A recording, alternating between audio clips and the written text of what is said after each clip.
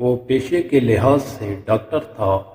پاکستان میں اس نے کروڑوں روپے کمائے تھے اور کمائی کے معاملے میں اس نے حلال حرام کی تمیز کبھی بھی نہیں کی تھی۔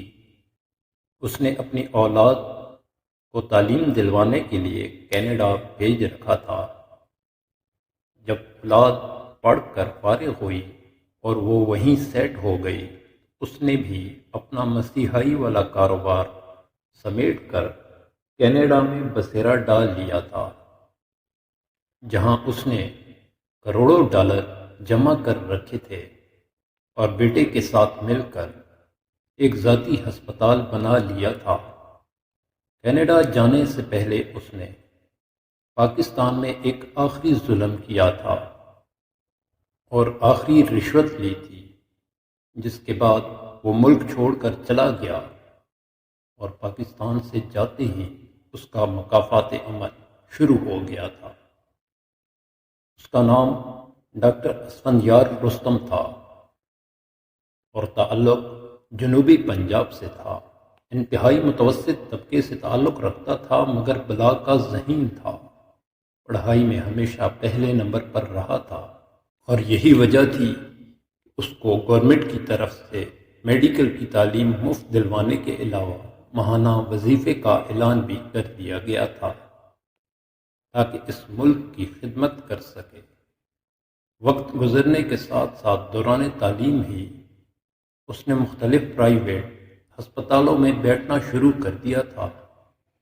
یہاں تک تعلیم مکمل کرتے کرتے اس نے نہ صرف کام کا تجربہ ہو گیا، بلکہ وہ یہ بھی سمجھ چکا تھا کہ بنا مریض کے احساس کیے انسانیت کے جذبے کو مار کر کیسے کمیشن کی خاطر علاج کے نام پر غریب لوگوں کو بغیر ضرورت ادویات دینی ہے، یہاں تک کہ اپنا کمیشن ہاتھ سے نہیں جانے دینا چاہیے، چاہے سامنے والے انسان کی جان ہی کیوں نہ چلی جائے۔ یہ سب کچھ سیکھ کر بجائے سدھرنے کے تعلیم مکمل ہوتے ہی ڈاکٹر صاحب نے پرائیویٹ ہسپتال میں بیٹھ کر حلال حرام کی تفریق کے بنا ہی پیسہ کمانا شروع کر دیا تھا اور ساتھ گورنمنٹ ملازمت کی تلاش جاری رکھی تھی، جو اسے جلد ہی مل گئی۔ اور گورنمنٹ کی ملازمت ملتی ہی اس نے کی دولت میں دن دگنا رات چگنا اضافہ ہونے لگا تھا۔ جنوبی پنجاب کے اندر وڈیروں کے تشدد سے ٹوٹ جانے والی ہڈی پسلی کو میڈیکل رپورٹ میں حادثاتی طور پر ٹوٹی ہوئی ہڈی قرار دیتا تھا یا پھر اسے خود ساختہ چوٹ قرار دیتا تھا، یہاں تک کہ وڈیروں جاگیرداروں کے ہاتھوں مر جانے والے لوگوں کی موت کو طبی موت یا خودکشی کا رنگ دے دیتا اور ان وڈیروں جاگیرداروں کے ہاتھوں عزت لوٹانے والی مجبور و لاچار لڑکیوں کی میڈیکل رپورٹ تبدیل کر دیتا۔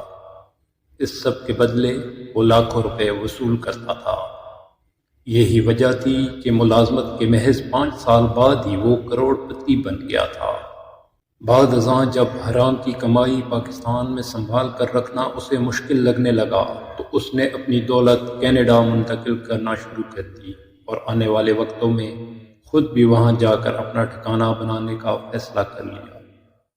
اسے یقین تھا کہ وہ اپنی ملازمت پوری کرے گا، کیونکہ وہ ہمیشہ ظالموں کے ساتھ کھڑا ہوا تھا اور انہی کو سپورٹ کی تھی۔ اس نے شادی بھی ایک جاگیردار کی بیٹی سے کی تھی تاکہ سیاسی طور پر مضبوط رہے اور ملازمت میں کوئی خلل نہ آئے۔ 2 بچوں کے بعد اس نے بیوی بچوں کو کینیڈا بھیج دیا اور خود پاکستان میں اپنے ہسپتال بنا لیے، جو اس ملک کا سب سے منافع بخش کاروبار ہے۔ یہاں سے حلال حرام کما کر کینیڈا بھیجتا رہا، جہاں اس کی اولاد اس پیسے پر پرورش پاتی رہی۔ اس کے پاس آخری کیس ایک لڑکی کا آیا تھا جو یتیم تھی۔ اس کا باپ بھاری تھا اور وڈیرے کا تشدد سہتے سہتے مر گیا تھا۔ بعد ازاں وڈیرے نے اسی یتیم لڑکی کو ڈرا دھمکا کر نکاح کر لیا تھا، اور جب اپنی ہوس مٹا چکا اور اس کا دل اس غریب مزدور کی بیٹی سے اکتا گیا تو اس نے اس لڑکی کو زہر دے کر مارنے کی کوشش کی تھی، مگر نہ جانے کیسے لڑکی کی ماں موقع پر پہنچ گئی اور مجبوراً اسے لڑکی کی والدہ کے ساتھ لڑکی کو لے کر ہسپتال جانا پڑا۔ ہسپتال پہنچ کر لڑکی نے اپنی والدہ کو سب کچھ بتا دیا تھا کہ کس طرح اس کے شوہر نے اسے زہر دے کر مارنے کی کوشش کی ہے۔ لڑکی کے بتانے کے بعد اس کی والدہ نے ہسپتال میں ہی دہائیاں دینا شروع کر دی تھی۔ جب لڑکی کے شوہر نے حالات بگڑتے دیکھے تو ڈاکٹر اسفندیار رستم کو کہا کہ اگر کسی طرح لڑکی مر جائے اور یہ ثابت نہ ہو کہ اسے زہر دیا گیا ہے تو میں تمہیں منہ مانگی رقم دوں گا۔ یوں ڈاکٹر صاحب نے آخری دفعہ منہ اور جیب بھر کر رشوت وصول کی اور لڑکی کی موت کو خودکشی قرار دے کر کیس کو قانونی چارہ جوئی سے پہلے ہی ختم کر دیا۔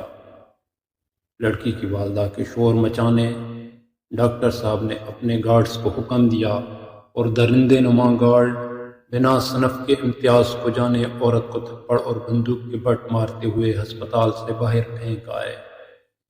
لڑکی کی لاش اس کے قاتل شوہر کے حوالے کر دی گئی۔ علاقے میں یہ اعلان کر دیا گیا کہ لڑکی کو اس کے شوہر نے غیر محرم مرد کے ساتھ دیکھ لیا تھا اور شوہر کے خوف کی وجہ سے لڑکی نے خودکشی کر لی۔ یوں وہ ڈیرہ بھی بچ گیا، لڑکی بھی مر گئی اور تہمت کے بعد لڑکی کا کردار بھی مر گیا۔ ڈاکٹر صاحب نے جیب اور منہ بھر کر رشوت وصول کی، ریٹائرمنٹ لے کر کینیڈا اپنی فیملی کے پاس چلا گیا۔ اولاد جو یورپی ماحول میں پلی بڑی تھی اور والد سے ہمیشہ دور رہی تھی، ان کے لیے ڈاکٹر صاحب کا ہونا محض ایک اضافی وجود کا ہونا تھا۔ انہیں اپنے والد سے کوئی محبت نہیں تھی۔ والد صاحب نے جیسے تیسے کر کے بیٹے کے ساتھ ایک ہسپتال بنایا جس میں بیٹے اور بیٹی کو برابر کا حصہ دیا، مگر بیٹی نے اپنے بوائے فرینڈ کے کہنے پر ہسپتال میں سے اپنا حصہ علیحدہ کرنے کا مطالبہ کر دیا۔ یوں سستے داموں ہسپتال بیچ کر بیٹی کو رقم دی گئی اور باپ اسی صدمے سے فالج کا مریض ہو گیا۔ اس کے ساری زندگی کی حرام کی کمائی محض 1 سال کے اندر ختم ہو گئی تھی۔ بیٹے نے ان پیسوں سے اپنا بزنس شروع کر لیا۔ بیٹی بوائے فرینڈ کو لے کر لندن چلی گئی، جبکہ ڈاکٹر صاحب کے فالج زدہ وجود کو ایک پرائیویٹ ادارے کے حوالے کر دیا گیا۔ چند دن پہلے ڈاکٹر صاحب کا انتقال ہو گیا۔ 3 دن تک ان کی لاش ان کے بیٹے کے انتظار میں پڑی رہی اور بیٹا آج آنے کل آنے اور لاش وصول کرنے کا کہتا رہا۔